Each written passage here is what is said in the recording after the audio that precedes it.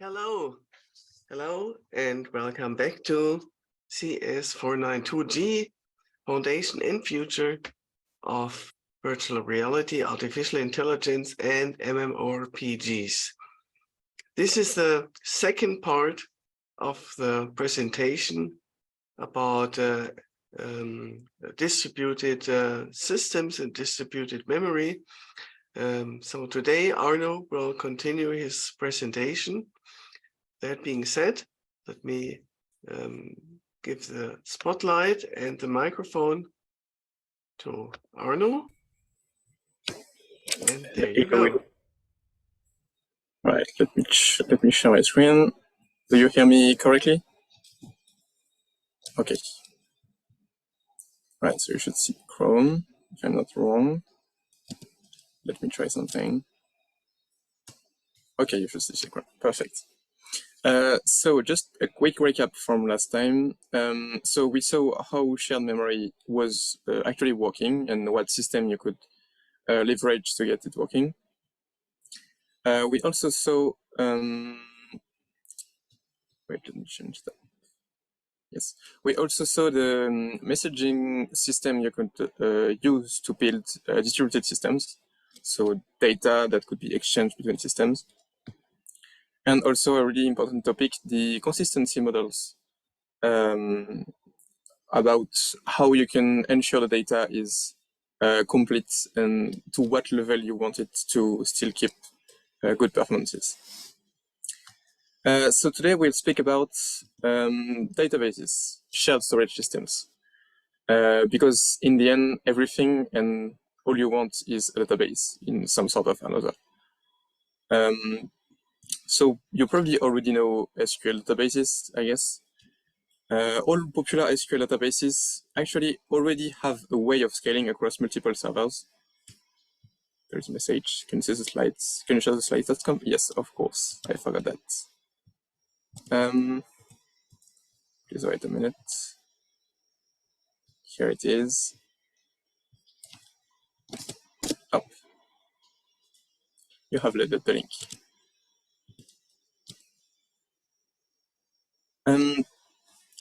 So yeah, it is actually really a common need because, of course, you really want to have a huge database. This is a common use case, I guess.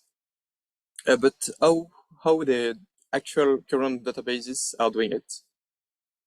I don't know if you already have been doing some SQL on your side before, but you probably already know two commands and two concepts to maintain consistency. So the first one is that you can lock an entry to be sure that nothing will happen in that entry in the meantime of what you're doing. So it was similar to the semaphores that Professor Ziegler mentioned at the end of last session. But there is also a transaction system, and you can lock entries in that transaction. The concept of transaction is that every instruction in the transaction needs to succeed, or else the entire transaction will roll back to keep the data clean. So this is perfectly fine if multiple applications are accessing one database on the one server. Simple locking, transaction, everything's good. And now we can enter the world of multiple servers for redundancy or scaling. Most of the SQL databases implements clustering in a similar fashion with what they call shards. You maybe remember that name from last session. Actually, it was the name that the studio behind Ultima Online have been calling the servers, or their world, because it was a concept in the lore of the game. So people actually used that concept and that name again to name shards. So there are some similarities with the one from Ultima Online, but this is not a specifically efficient method. For instance, the server will simply be chosen based on an information on the entry. For instance, you can say, oh, place all the player's location in that shard and place all the inventory data in this one. Or you can also do the other dimension. So you can say, place the information of each 1,000 players on a different server. But this is really, I would say, primitive. Some specific implementation like MariaDB will have something called Garera, which is a bit smarter than that. PostgreSQL will have Citrus. Both of them are extensions of fork. I think Aria is a fork of MariaDB and Citrus is an extension of Postgres. They both allow much better and smarter distribution, but this is not integrated into the database. This is usually fine for the kind of data you have in a relationship database. Even if sometimes you have what they call hot points, so if you didn't distribute your data in the best way, you will have really bad performances. Like when I say really bad, this is unusable. But essentially, for like huge distributed computing, it was not enough. Wait, it changes. Yeah. So I took 3 examples here. So first we have Hadoop, which is a framework to do calculation on huge datasets. Did it change? Yes. Maybe you already know MapReduce, which is commonly used to do big data and maybe a bit of machine learning. MapReduce is usually a part of a bigger ecosystem that is called Hadoop. We will also see Hive, which is the system to emulate S3 in the data centers of Scaleway, which is a French competitor of AWS. And finally, Cassandra, which is a NoSQL database.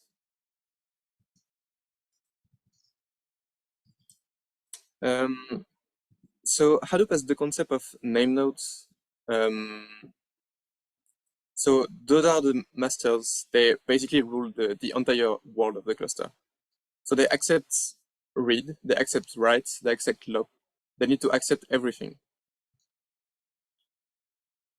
Then they have the concept of data nodes.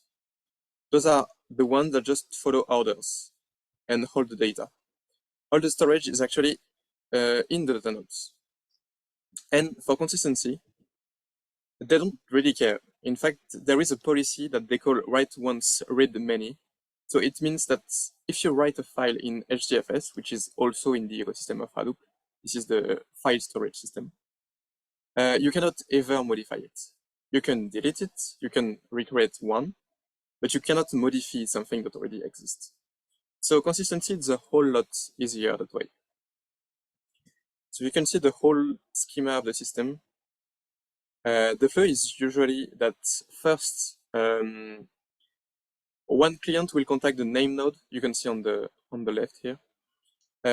One client will contact the name node to know where and how to store the data that they want to upload.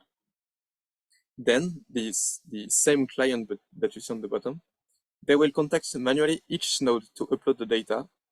So we reduce the number of messages passed because the data will go directly through to the data nodes and not through the name node.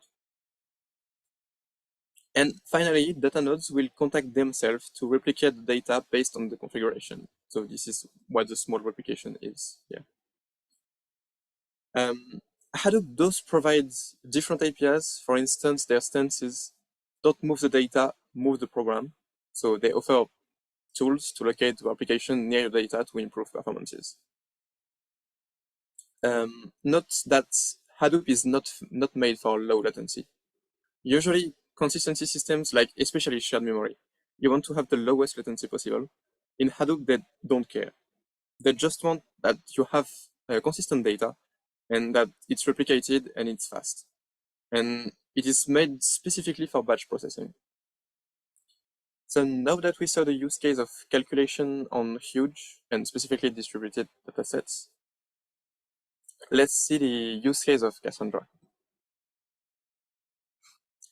So Scaleway is a European cloud provider that runs a large number of cloud-oriented products. It's of course not as big as AWS, but they still have 5 data centers, and they are also backing a reasonable number of websites. One of the products they sell is actually Scaleway Object Storage, which is a re-implementation of AWS S3. The concept of object storage is that instead of managing a whole file ecosystem like on your hard drive, you send elements and files. So this is actually just like Google Drive.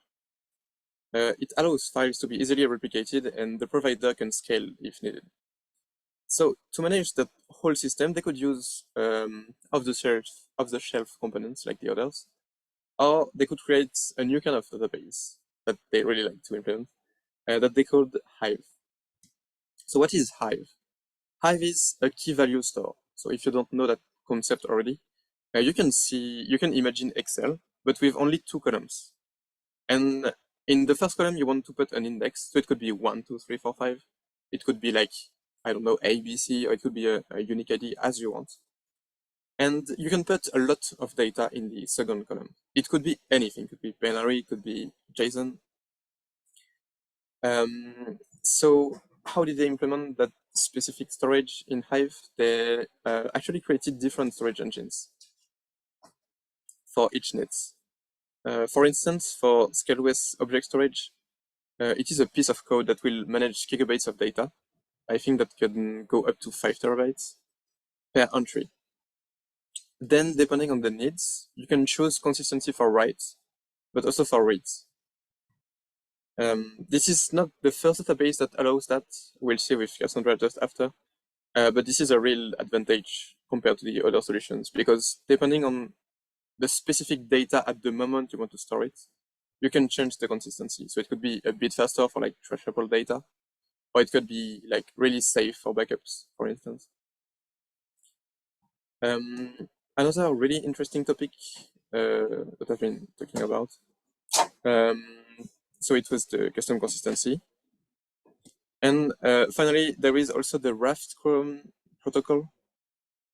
You maybe remember from the last question Menti last time, I was asking how servers could validate on what is the truth when exchanging data. Here they specifically use the Raft Quorum protocol, which I will detail now. So the working of Raft is based on logs. There is a leader that is the source of truth for those logs, and it will send everything to the other servers. If there is any issue at any time, the leader will retrieve the logs of the server, and at the point where discrepancies start appearing, the following entries will be deleted. So those are the 5 rules that a system must absolutely respect. So first, there is an election system. So someone will basically roll a dice. So this is some sort of a dice, but you still elect a master. So one server will become the leader for an undetermined period of time, and there can only be one in the entire system for a period. Secondly, it is a log system, as I said. So similar to Hadoop, you cannot change anything. You only add data. So you could say, oh, I'm writing something at this position, and later you could say, oh, I'm writing something at this position, and both entry will be in the logs. This is basically like a journal of everything that happened. Third rule, those same logs should be identical. So if there is any issue if there is any difference between the servers, the logs on the servers, something will happen and it should be fixed as soon as possible to keep consistency. Fourth rule, the new leader will actually need to have the logs of all the previous leaders. Because if you don't, it means there is a hole somewhere and you're really missing data. And fifth rule, if a non-leader server started applying commands of a log entry, the other servers will also need to do the same to prevent inconsistency, of course. So let's get back to Hive. So we now know they use the Raft Quorum protocol, which is actually really popular in recent systems. You may have heard of like Vault from HashiCorp, which is a secret database. They also use that.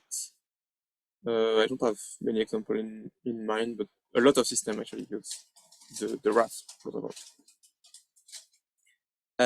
They also implement some sort of sharding. So, for instance, if a customer stores more than 40,000 keys, the system will create 3 new databases and shard the data on the fly. The system is resilient from a disk loss, a machine loss, a data center loss, and even a network partition loss. When you create the database, you simply need to choose the level of the redundancy you want, which Scaleway asks you transparently when you create your bucket. So you can choose like, oh, I don't care losing data. If that server is burning, you will lose it, but it's cheaper. or maybe you want replication across multiple data centers. So like if one data centers burns, like, I don't know, Cacao servers, you still have the data in another place.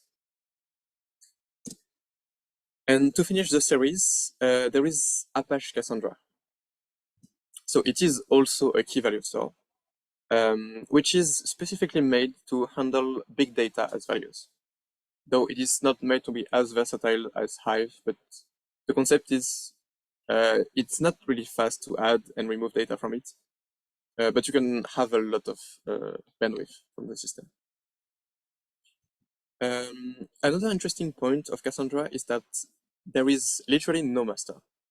Each node is some sort of a master. So you can write to any node, and that specific node will take the decision to where put the data on which node, and how, depending on the settings. Because you also have custom consistency like Hive. They precisely have 9 levels for write and 10 for reads. The interesting difference with Hive is that you can choose the level per query. So for Hive, it was only per database. But here, if you are storing sensitive data specifically to the same database, you can enforce a specific consistency. Something that I didn't talk about in Hadoop, but Cassandra is also position aware. So you can give it the information of where it is in the room, so it can spread the data evenly, or not if you don't need. So as I said just before, if there is a fire, like in the Cacao data center, if they had a secondary data centers and Cassandra, they would have been able to continue operating. So now that we have a good panel of solutions for distributed storage and database system, let's see specifically how Star Citizen are doing this. So their next step in their roadmap is actually server meshing. So they can have multiple servers managing the same data.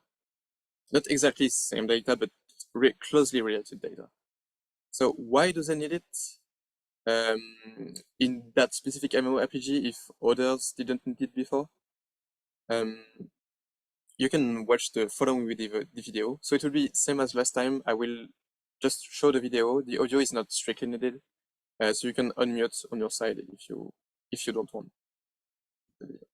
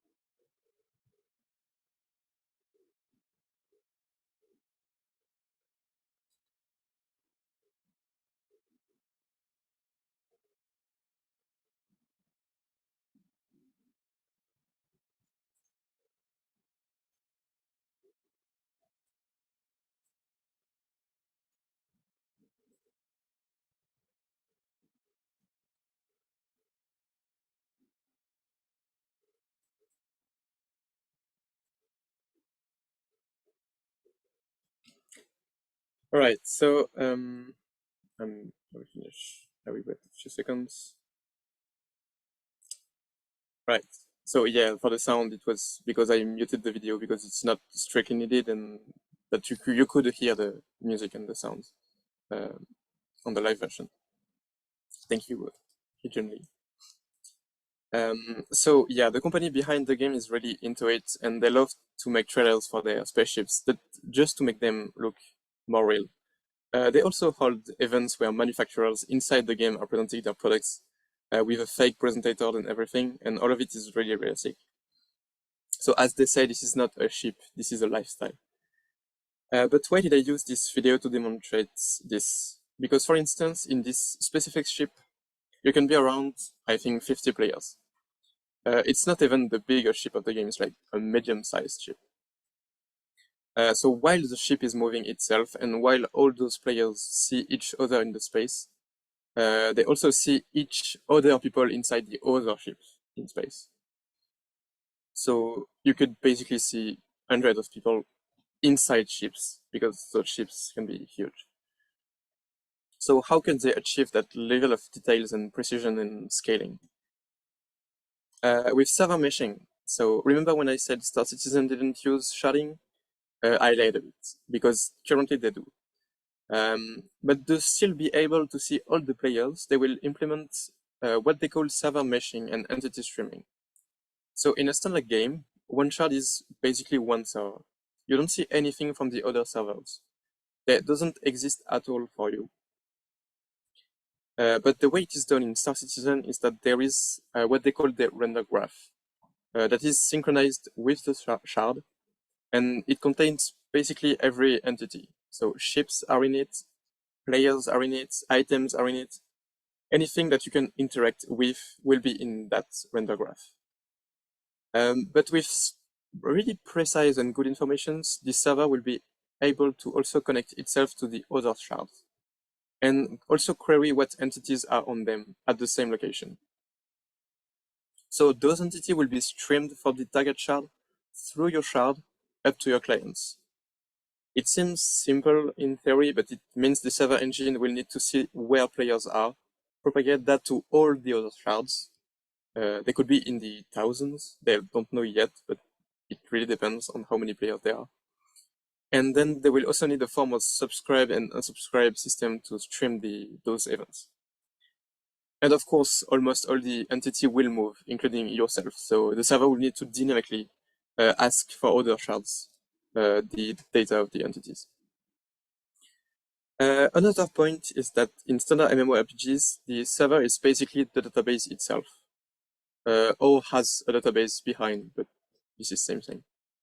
In Star Citizen, currently this is the case, but they are moving to a full mesh. It means that they also need to manage authority. Who is the owner of the data? Who is right?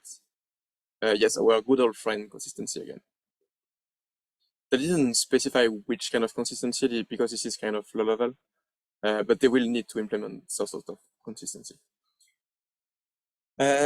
Also, usually in MMORPGs, you connect to one server. That's it. You may have some matchmaking or something, but you will in the end directly connect to the server where the other players are. This is usually fine, but it cannot scale, especially with the entity streaming. You cannot have that on the game server directly because this is just too heavy for it. So they created one load balancer that they call the replication layer, which is a bunch of really simple microservices made to handle the network parts of the problem. So you will connect through that replication layer. With all those cool texts that I just talked about, they will finally be able to implement a real meshing. So they will start with a static mesh with a fixed number of servers in a fixed configuration, probably based on the location of the players, and gradually they will move to a dynamic one. So they will be able to scale their servers based on real-time demand for all the layers that need it. To the question, how many players will be able to see each other in one space? What's the maximum you are planning? Because of course there will be one limit at one point, because while the system theoretically could support any number of players, clients will not. So basically their answer was, assuming that the question is about the limit of how many players will be able to see each other from a client view, it's mainly dictated by the game client. What they mean here is that the server will not be the limit, only the performances of your own computer. So at first they will have a lot of shards for each region, so not everything will be shared for the time being, and they will move slowly towards the goal of one shard for the entire planet. I mean, our Earth, but also the universe inside the game. Also, the interesting question, one interesting question is, what will the players experience if a replication layer is shut down, dies? So this is their load balancer, so this is the thing you connect to. So of course, issues may happen. So the answer is, first, a single client may be served by multiple replicants through one gateway, but the code base of the gateway is expected to be really small, so not a lot of bugs. So let's suppose now that a replicant crashes. It is really simple. The related parts that were synchronized using that replicant will be frozen inside the game, just the time for the server to find a new working replicant. The game may also choose to change the gateway, and the whole process is expected to take less than 1 minute. Now, let's suppose that the gateway, even before the replicants crashes, well, the entities in the game will freeze, and you should be able to reconnect in seconds to another working gateway. So basically what they say here is that there won't be a huge impact. You won't be disconnected of the game. You won't be kicked to the main menu. You should be able to recover from the issue. So in the previous talk, a lot of people wondered about how EVE Online was working, and I actually wondered too. So I've been looking a bit, and they've been making some presentation, and it is actually really interesting. So they were the first game, I think, to implement the concept of no sharding. How did they? In fact, they did it in a hidden way. There is a global database that you don't see that is behind all of the servers. And each zone in the game is a shard. So people are just moving between shards inside routes. I'm not sure, I didn't play the game yet, but I don't think you can go outside of a route. So you're stuck inside the route, so they can really control how the players are moving and what are they seeing. So when you're moving, you're actually switching servers all the time. And for that global database, well, they literally made the most powerful standard configuration server we can do as of today. So this is a 128 core server with 2 terabytes of RAM and NVMe drive.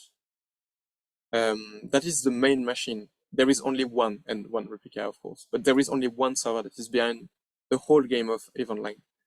Running Microsoft SQL Server with carefully crafted procedures and configurations. So they went with the really careful optimization and vertical scaling by simply buying faster stuff, while Star Citizen chose a more scalable approach, but with a lot more engineering, allowing more flexibility. They have been criticized because of that, because the game is still in development since 10 years. It's almost became a meme at this point, and they love over-engineering anything. So I can guess the engineers are having a lot of fun designing and managing those systems, but actually sometimes players just want to play, not test an alpha game that is broken because of that new streaming persistent HDR fast renderer Gen 12 thingy. EVE Online is way more down to earth in that regard. So different approaches for different games. So this is finally the end of this last presentation, and also the end of this series of presentation about distributed shared memory systems, even if it was more about distributed systems in general. This small disclaimer, I don't have any share in robust pets industry. I just really like the vision of Star Citizen and how the game is currently evolving. So if you're interested or curious, you can check out their public roadmap with the link below. It literally says on what they are working now, what is coming in the next versions, and they are absolutely transparent about everything. So I hope you like both of those presentations, and please don't hesitate to ask any question that remains.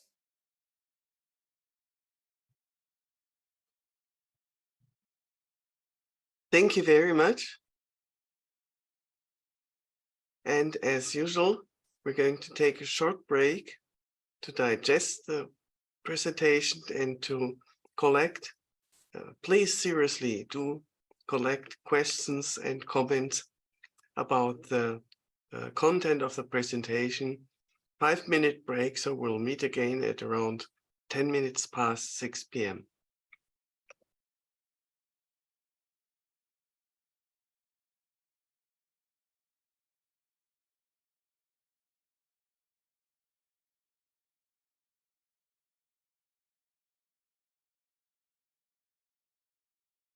And here we're back online with the discussion about the content of Arno's second presentation.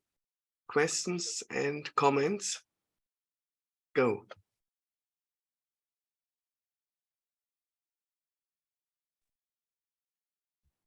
I have a question about the Raft protocol. In Raft protocol, there is a reader append only property, and if the reader can only be appending, then it should be the bottleneck of system. And how can we solve that? I didn't get the end of your question. Can you repeat that? Just Oh, after the append system? Yeah. I think that could be the bottleneck of system. Then how can we solve that bottleneck? Did you say outleft? It's like a consistency system.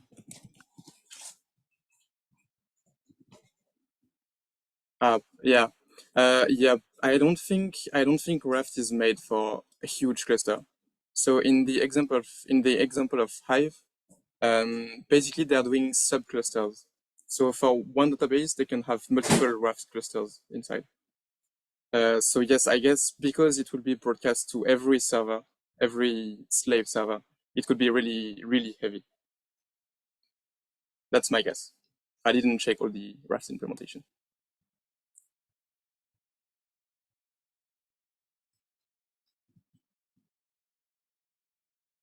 Great. More question?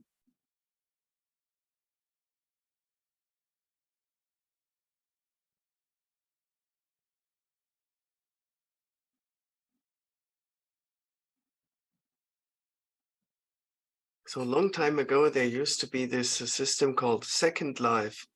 Does anybody remember that? I think we were all barely born at the time. Right, yes. Yeah, and at some point, they had real commercial problems because they couldn't provide the performance that they kind of promised, and the users started to complain and wanted their money back. So that's a real financial issue, how to maintain the performance. Also, at that in that systems, the users could create new objects that would kind of evolve on their own, so kind of moving objects. And somehow some user was able to create an object that would start replicating itself. And that, of course, was very dangerous because was called gray goo, because yeah, eventually that would be able to crash any local server, to overload any local server. Is that also possible in Star Citizen, to create own objects with some? No, not that I know. All the elements are inside the game and they are provided by the developers. Okay, so For nothing. now, at least, it may be something that they will want to implement. This is really the kind of the things they would want, I think, based on the philosophy of the game. But they didn't talk about anything related to creating your own objects. Right. That would kind of maybe break the philosophy of everything being a database, because when there are objects that have their own kind of piece of code, some script associated with them, I guess that would, yeah, things can quickly start to become kind of Turing complete, and then there's no performance guarantee feasible, right? I think also in Minecraft, there's some programmable object. Is that correct? With this yes, wire? there is the redstone that is really inside the game, so you can program things, but this is really rudimental. Like you only have wires, you have delays, you can create and like basic logic gates, but this is really limited and provided inside the game. So like the possibility of doing bad things is limited. And there is actually scaling issue. So like servers that have a lot of redstone, they will encounter performance issues rapidly if there is like huge circuits, because the game each stick need to run everything, and this is really heavy.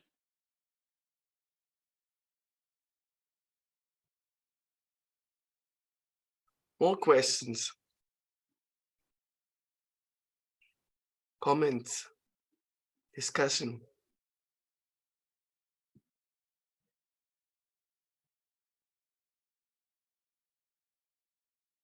But don't be shy. I have. Oh, you can go first. Yes. Okay. Sorry.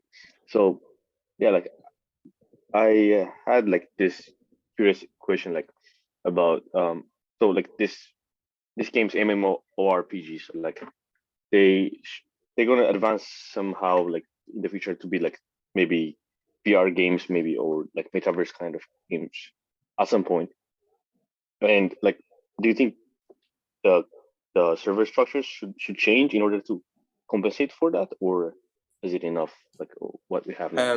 That is the thing with Star Citizen. They are actually over engineering anything, so they could add things and they could scale up and they could enlarge the vision, so that the server should support it. Everything is made in the way that whatever they want to do it or they may want to do it, it should be able to support it. So this is why it takes so much time developing everything, because they are literally over engineering everything, which is a bad or good thing depending on your objectives, I guess.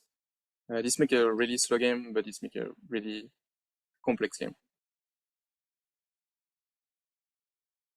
Yes, you have emphasized that the servers are basically server performance is not going to be the bottleneck. So how about the communication, and how about the client? So I suppose the rendering is done by the client, is not by the server, and that kind of reduces somewhat the communication overhead still. There's somehow only part of the data will be transmitted to the client, right? Otherwise the client is going to be the bottleneck. So at which point does or who makes the kind of selection which parts to communicate to the client, and the client will maintain a local copy or part of the copy of the data? Is that, or will it be updated with like 20 frames per second? Yes, they should not synchronize everything. So for instance, they took the example of bullets and missiles. So bullets will not be synchronized. So when you shoot someone, you will just give the impression to the server that, oh, this person started shooting. But each bullet specifically will not be synchronized to prevent too many communications. But for missiles, for instance, they will need communication, and they will follow along in the shards by moving between shards to attain, and like so other people can see it. But yes, everything will be done on the client for the rendering part, and I guess there will probably some options in the settings. So like you could select how many and how complex entities you can see to prevent, I guess, bottlenecks, because the client is really heavy. So yeah, I guess for now the main bottleneck on the client part is the CPU, and they are also redesigning everything on that part so that they can multi-thread better. But then it will be on the GPU, so the GPU will be the bottleneck. So this is, yeah, essentially graphical settings. Thank you. Very thorough background investigation. Yes, one can really sense your passion for this game. And the fourth part is that I didn't even play it yet, really. Okay.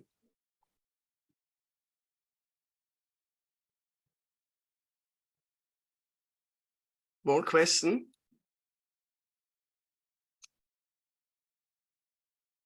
I think Doc Hyung Kong had a question. Oh, right, yes. Oh yes, it does a little similar to the previous one. So,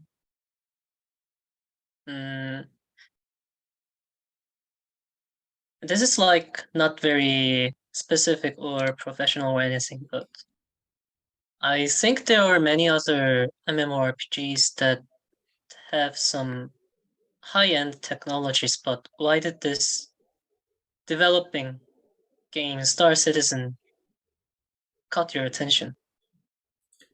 Because they usually this is like small technologies, like they are improving each time. This is incremental updates.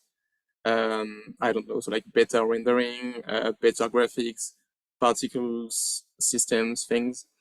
I don't know, better synchronization, better combat systems, more data synchronized. So MMORPGs are improving, but like I think Star Citizen is the only one that has that huge improvement on like every part of the system. Every part of every part of the MMORPG mechanics will be improved, almost. Thank you.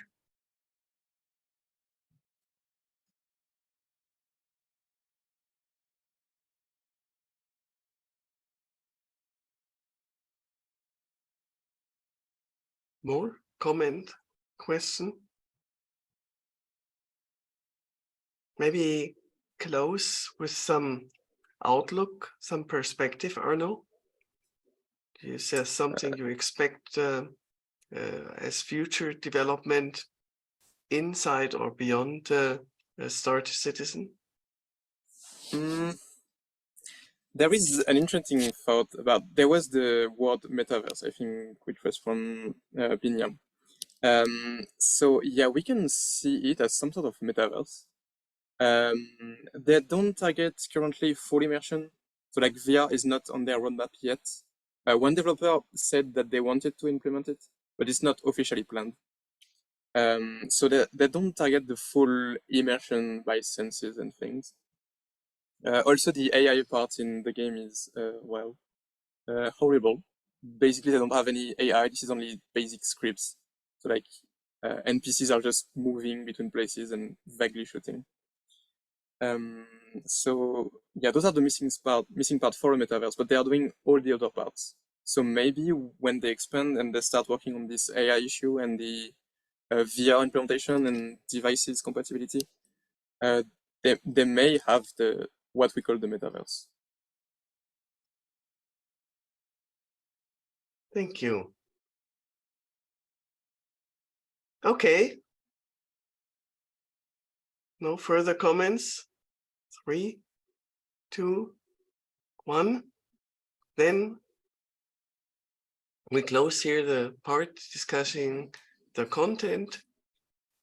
I turn off the recording, and off the record, now we briefly review the style and quality and give feedback how that could be improved in future.